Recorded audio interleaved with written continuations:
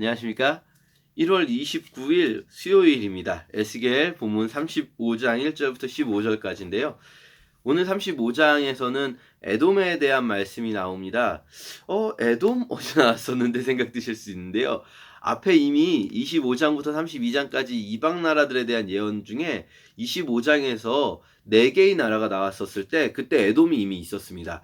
모압, 암몬, 에돔, 블레셋 이 4개의 나라에 대한 예언이 25장에 있었는데 지금 갑자기 앞에서는 이제 이방 나라들에 대한 예언을 모아놓았었잖아요. 근데 35장에 에돔만 따로 떼어서 따로 있어요. 지금 여기에. 그리고 뒤에는 이제 이스라엘에 대한 예언입니다. 왜 에돔에 대해서만 한 번 더 말씀하시지? 이런 생각이 있을 수 있는데 25장부터 있었던 그 말씀은 이방 나라들에 대한 앞으로 일어날 예언이었다면 지금 여기 있는 이 에돔에 대한 말씀은요. 실제로 이스라엘이 멸망한 후에 에돔이 행한 일이 있었던 겁니다. 실제로 에돔이 한 일이 이때 있었고 그리고 거기에 대한 말씀인 거죠. 요 에돔이 한 일은 바로 오바댜서의 배경이 되기도 하는 일인데요. 보시면 이렇습니다.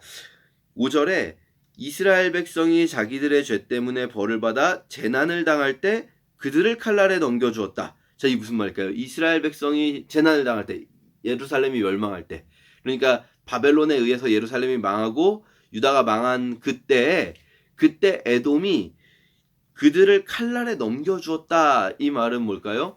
에돔이 이 이스라엘의 공격받는 것, 바벨론에 의해 공격받는 것을 방관했을 뿐 아니라 사실 이제 좀 여긴 추상적으로 나왔지만 오바댜서나 이 뒷부분을 봐도 에돔이 다시 공격한 거예요. 그러니까 바벨론에 의해서 멸망당하고 바벨론 군대가 돌아간 후에 아마도 에돔이 와서 에돔 사람들이 예루살렘과 남유다 이스라엘 지역을 약탈을 대대적으로 한 것 같아요.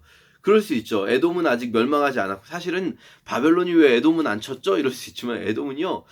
그 완전 이 광야지대에 사는 사람들이라서 굳이 바벨론이 건드릴 필요가 없는 그런 지역이었던 것 같습니다. 이 에돔 사람들이 그런데 이 광야 지역에 말하자면 뭐 마적대 비슷한 그런 존재들이거든요. 이 사람들이 와가지고 이 예루살렘과 유다 그리고 북이스라엘 지역까지 막 약탈을 해간 거죠. 그래서 하나님이 말씀하시는 겁니다. 6절에 네가 피 흘리기를 좋아했으므로 피가 너를 따를 것이다. 야, 니네 그렇게 피 흘리기 좋아하지? 니네가 그렇게 사람들을 죽이고 이미 약해져 있는 그들을 니네가 막 공격했지? 니네 그렇게 피 좋아하니까 피가 니네를 따라다닐 거야. 말씀을 하시는 거죠. 에돔이요. 이 사람들이 이스라엘의 멸망을 바라보면서 사실은 뭐 좀 도와주고 이랬어야 되는데 오바댜서에 보면 형제라고 나오거든요. 이 사실 에돔과 이스라엘은 전통적인 뭐 형제 아니겠습니까? 왜냐면 에서와 야곱의 후예들이니까요, 각자. 그런데도 전혀 도와줄 생각을 하기보다는 이 이웃의 멸망을 바라보면서 이제 얘네들 죽었으니까 내가 얘네들 것을 차지해야겠다 하면서 막 약탈을 하러 가는 거죠. 10절에 보시면요. 내가 유다와 이스라엘 땅에 있는데도 이 두 민족이 너에게 속할 것이고 너의 소유가 될 것이라고 말한다. 이 말이 뭐냐면요. 하나님이 유다와 이스라엘의 주인이신데도 이 남유다와 북이스라엘이죠. 하나님이 주인이신데도 그런데 에돔 사람들이 이 땅은 이제 우리 거야 막 이런다는 거죠. 실제로 에돔의 것은 아닙니다. 실제로는 바벨론의 것인데 바벨론은 어차피 멀리 있고 바벨론한테 이 이스라엘 땅은 중요성이 별로 없거든요. 바벨론이 한번 점령하고 지나갔는데 그런데 이제 에돔 사람들이 이제 우리가 약탈하고 우리 마음대로 써도 돼 막 이런 식으로 한 거죠. 자, 심지어는 뭐라고까지 말하냐면요. 12절에는 네가 삼킬 밥이 되었다고 말한다는 거죠.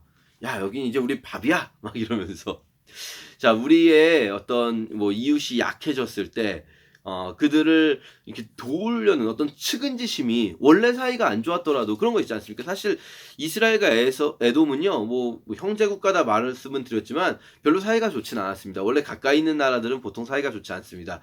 사이가 좋지 않았더라도 원래 사이가 좋지 않은 사람도 그 사람이 어려움을 당하고 고통을 당할 때는 이 측은한 마음이 일어나고 긍휼한 마음이 일어나야 되는데 그런데 그 사람이 어려움을 당하는 것을 내가 이제 저 사람을 공격할 기회다.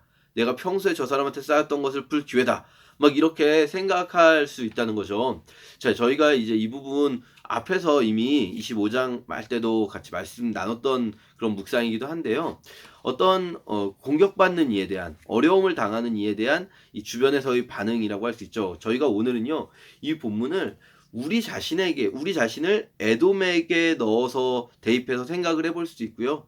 또 우리 자신을 이스라엘에게 대입해서 생각해 볼 수 있을 것 같아요. 근데 그때 제가 오늘 본문에서 좀 이렇게 제 마음에 딱 와닿은 표현은 뭐였냐면요. 이 표현입니다. 12절 뒤에요. 나 여호와가 너희 그 모욕적인 말을 들었다는 사실을 알게 될 것이다. 자, 에돔 사람들이 이스라엘을 향해서 야, 저놈들은 우리의 이제 밥이야. 야, 이제 우리가 마음껏 약탈하자. 이건 우리 거야. 막 이런 식으로 무시하고 모욕하는 말들을 할 때 그 말을 누가 듣냐면요. 하나님이 들으세요. 하나님이.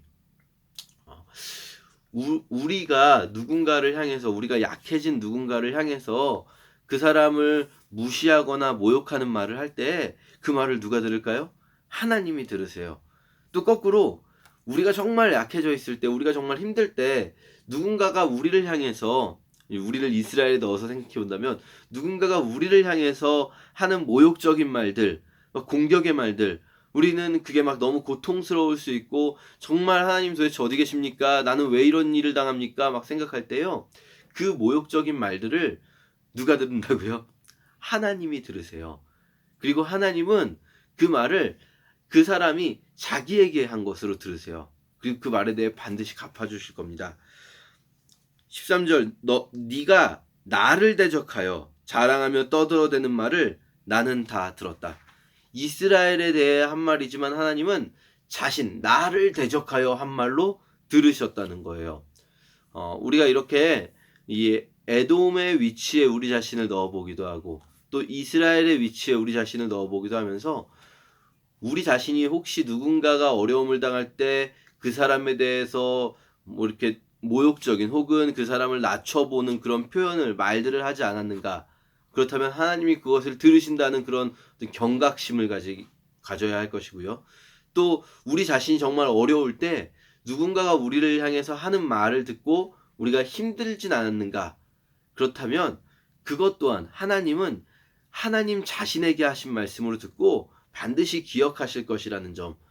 우리를 하나님은 마치 자신처럼 하나님 자신을 지키시듯 우리를 지켜주실 것이라는 것 기억하면서 오늘 묵상했으면 좋겠습니다. 감사합니다.